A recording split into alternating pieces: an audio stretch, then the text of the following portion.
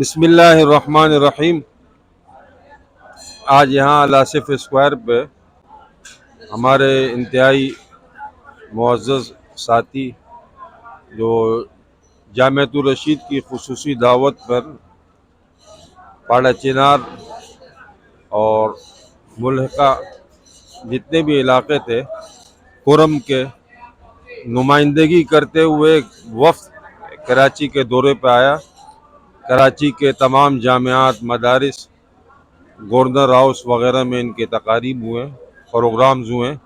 آج مفتی دین محمد منگل صاحب جو ماشاءاللہ ایک عالم دین بھی ہیں، مفتی بھی ہیں، پھر اپنے قبیلے کے سربراہ بھی ہے، ملک بھی ہے۔ وہ پشتو میں ایک محاورہ ہے، رچاب اپلار خزما یار ہے۔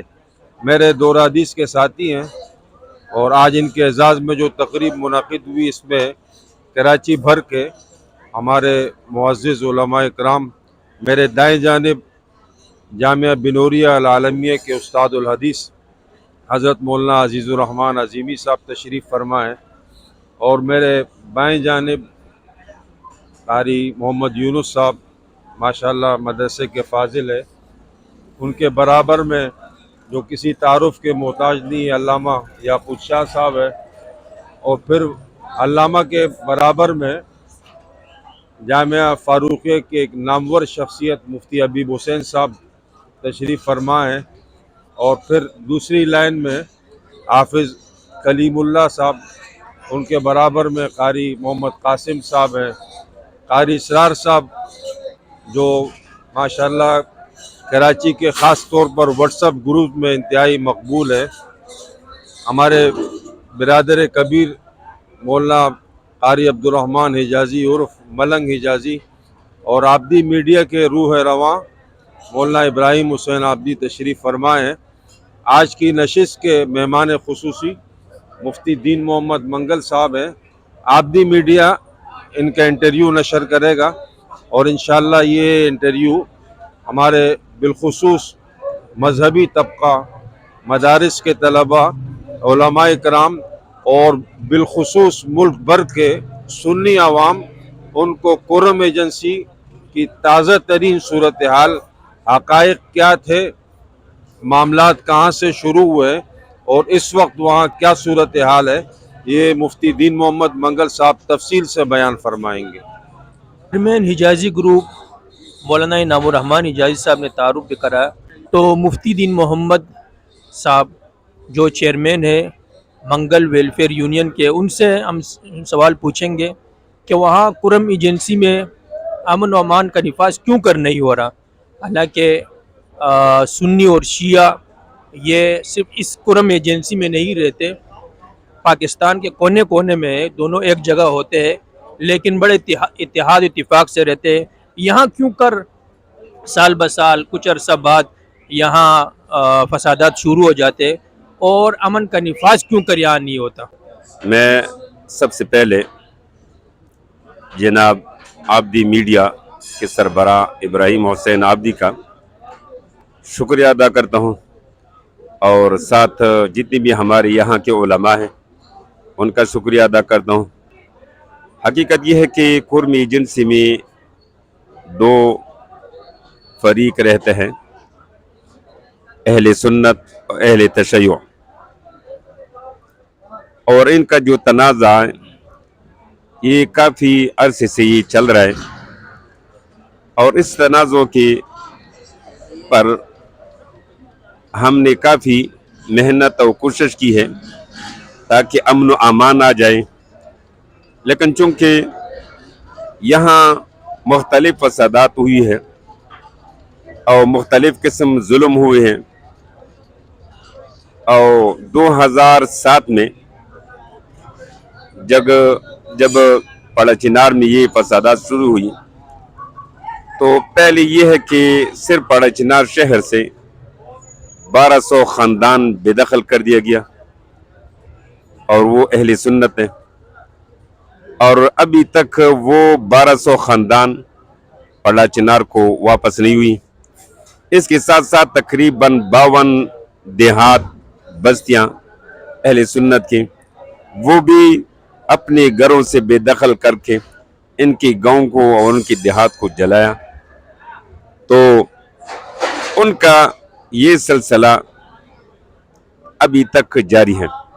ابھی موجودہ حالات میں جو سلسلہ شروع ہوا وہ 12 اکتوبر 2024 جب اہل سنت کی قبیلہ اور مقبل ان کی کنوائی ایف سی کے تواسط سے یا اس کے زیر نگرانی میں مقبل علاقے سے روانہ ہوا. جب کنج عزیزیت کو پہنچ گیا تو یہاں شرپسندوں نے ان پر حملہ کیا. وہ 3 گاڑیاں تھیں. ان 3 گاڑیوں کو بہت سخت شدید فائرنگ کی اور ان کو وہاں تقریباً 18 بندوں کو شہید کر دیا. اور ان میں یہ بات خاص ہے کہ ایک بچہ تقریباً اس کی عمر 15 سال میں، انہوں نے یہ خود بیان کیا کہ ایک ماں تھی اس قافلے میں. انہوں نے ان شرپسندوں کو اور اہل تشیع زینبیون کے جو برگیڈ ہیں ان کو یہ کہا کہ اس عورت نے کہ مجھے مارو، میرے بیٹے کو مت مارو.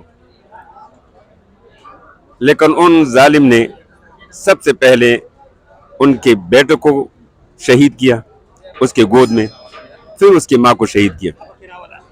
اس میں تقریباً آپ یقین کر لیں کہ ایک عالم ہے سید ولی، مولانا سید ولی صاحب، اور عورتیں بچے تھیں.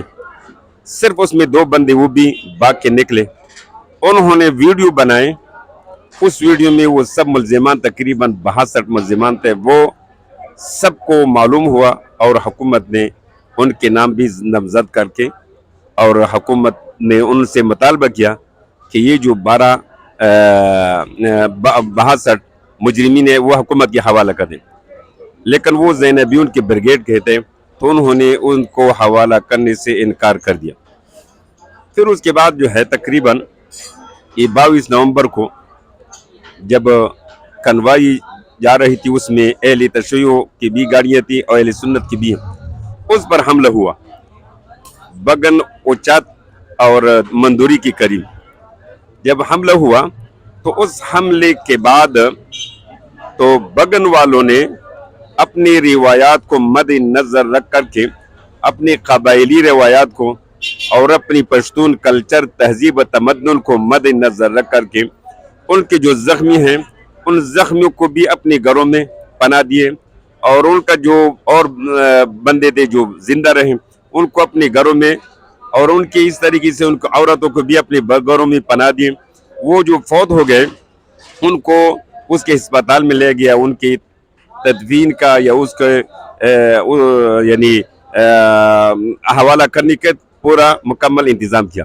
ڈی سی کرم وہ اس میں معاملے میں تھے تو انہوں نے آ کے ان سب کو اہل تشیع کو حوالہ کیا. رات کے وقت ان کو یہ پتہ نہیں تھا کہ ہمارے اوپر کیا ہونے والا ہے. تو لہٰذا رات کے مغرب کے بعد جو اکثر علاقے والے گن بازار سے چلے جاتے ہیں، اس برگیڈ زینبیون برگیڈ نے اس پر حملہ کیا. تقریباً ان کی تعداد لگ بھگ 12 سے 15 ہزار تک. انہوں نے پورے بازار کو بھی جلایا اور گھروں کو بھی جلایا اور بچوں اور عورتوں کو یرغمال بھی بنایا. اور تو چھوڑ دو، ایک ڈاکٹر جو اس کا نام طلا محمد تھا، 70 سال اس کی عمر تھی. انہوں نے تقریباً صرف 25 سال وہ صرف علیزی جو اہل تشیع کا علاقہ ہے اس اسپتال میں انہوں نے خدمت سر انجام دیے. اور سوچ و فکر کی بات یہ ہے کہ جب ان کو گھر سے نکالا اور ان کے ہاتھ اور پاؤں باندھا، اس ڈاکٹر نے ایک عجیب لفظ کہی. انہوں نے کہا کہ یا دیکھو، یہ مظالم تو سنیوں پر، یہ شیعہ لوگوں پر بھی ہے، شیعوں کے بھی یہ الزامات ہیں، ہم پر بھی ہے. میں نے یہ مکمل کر کے میں آپ کو بتاتا ہوں کہ جب انہوں نے اس ڈاکٹر کو لیا اور ہاتھ باؤں دونوں باندھا اور پھر وہاں